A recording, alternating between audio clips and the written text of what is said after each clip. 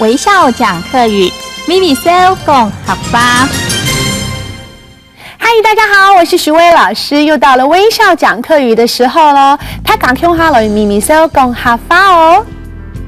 所谓秀才不出门，能知天下事。这句话客家话怎么说呢？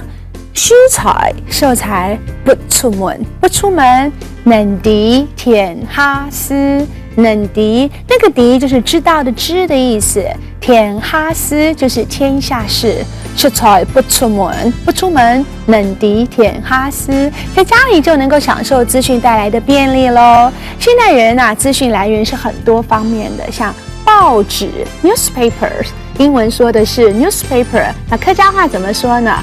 报纸，杂志 magazine， 客家话叫做插枝，就是杂志。然后呢，广播，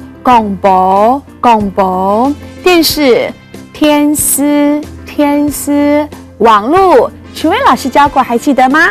明路就是网络，电子报，天字报，还有朋友之间大灾故，朋友之间的打屁聊天，也可以听到一些八卦消息哦。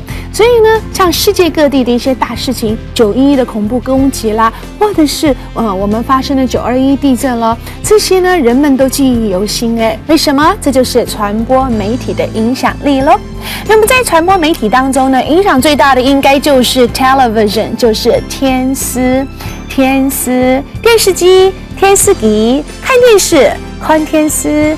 电视台天丝台，那么这么多电视节目里面当中，新闻节目应该是大家相当注意的了。新闻怎么说呢？新闻，记得哦，新闻就是新闻。那么负责采访以及播报的工作人员呢，就叫做记者。记者怎么说呢？记者就是记者咯。一打开电视可以欣赏这么多节目，可是有时候越看越气耶。你如果不喜欢的话，你可以说转台，换台。像我常听我爸爸说，你按啰嗦呢哈，转台换别台呀，换别台呀，就是这么说了。